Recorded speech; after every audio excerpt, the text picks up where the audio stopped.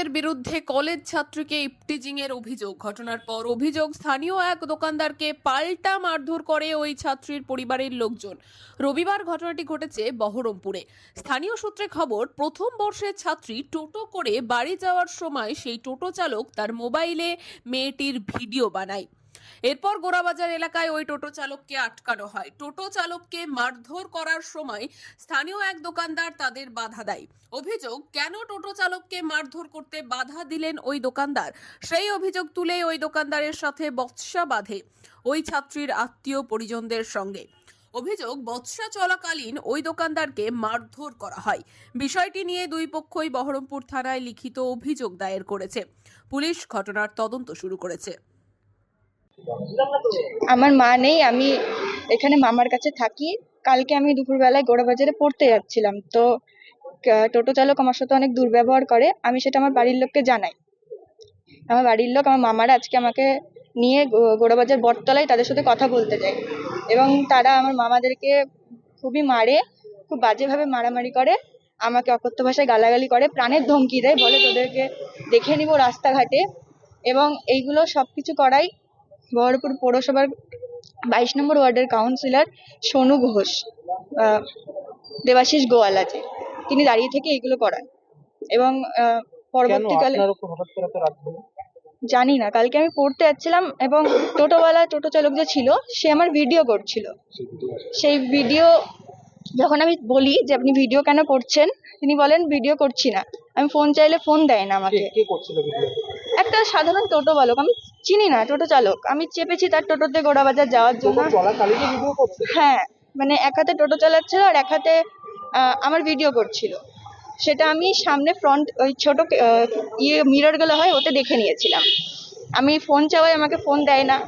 এবং যখন আমি এইগুলো বাড়িতে এসে বলি, আমার মামারা কথা বলতেই যায় আজকে সন্ধেবেলায়, তো মারামারি হয়, প্রাণের ধমকি দেয়, রাস্তায় দেখে নেবো বলে, তারা বলেছে। এবং এইগুলো সব দাঁড়িয়ে থেকে করানো হয়েছে।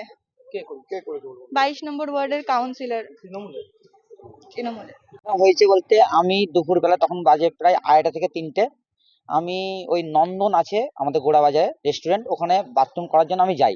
গিয়ে দেখছি ওখানে 3-4টে ছেলেমেলে একটা ছেলেকে ফেলে বেধড়ক মারছিল।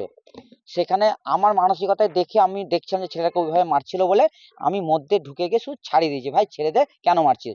দিয়ে যাই হোক, ছেলেবেলা আমাকে উল্টে বলে তুই কে, তুই এখানে কি করছিস। আমি ভাই দেখে আমি ছাড়াতে এসেছি যে যে ছেলেটাকে ওইভাবে মারিস না, তুই কে, তুই জানিস, আমাকে চিনিস, এই উল্টো পাল্টা কথা বলে আমাকে এসে আমার উপর চড়া হয়। জানো ভাই, ছেলে একটা ছেলেকে ওইভাবে মারছিস, মরে যাবে ছেলেটা। দিয়ে আমি ওইভাবে সব ছাড়িয়ে দিই। ছাড়িয়ে দেওয়ার পর আমি রীতিমতন আমার দোকানে চলে আসি। দোকানে চলে আসার পর আমি একটু আমার মাল আনতে আমি বাইরে যাই। সেই সময় আমার বাবা ছিল দোকানে, আমার মা ছিল দোকানে। ওই যারা ছিল ওখানে তার আরো 5-7 জন মিলে এসে আমার বাবা মায়ের উপর চড়া হয়। এ বাবা মাকে এসে গালিগালাজ, অসভ্যতলায়, তারপর গলা ধরে টানাটানি, আর বাবাকে উল্টো পাল্টা গালিগালাজ করেছে। বলছে তোর ছেলেকে বের কর, তোর ছেলে বিশাল হয়ে গেছে, মস্তান হয়ে গেছে, তাই বলছে। দিয়ে আমাকে বাবা ফোন করে, আমি আসি, এসে আমাকে সে গলায় ধরে টেনে আমাকে মারধর করে এবং আমাকে ক্ষমা অবধি চায়। আমাকে ক্ষমা চায়, রাস্তার মিডিলে দাঁড় করে আমাকে ক্ষমা অবধি চায়। আমি বাধা দিয়েছিলাম না। আমার দোষ একটাই যে আমি একটা ছেলেকে মারতে দেখে তাকে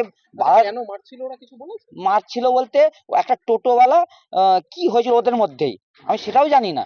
যাই হোক, ওখানে আমি সেই সময় যাইনি, জানি না, আমি শুধু ঝামেলা করে ছাড়িয়ে দিতে গেছি, সেটাই হয়েছে আমার দোষ। মারধর আজকে আবার আমাকে মীমাংসা করার জন্য বটতলায় রেখেছিল গোড়াবাজারে, সেখানে নিয়ে গিয়ে আমাকে দেখেন কিভাবে মেরেছে।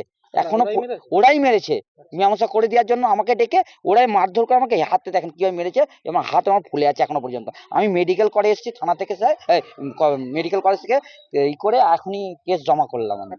সুনিতা, মুর্শিদাবাদের সর্বকালের সেরা এবং ঐতিহাসিক বস্ত্র প্রতিষ্ঠান।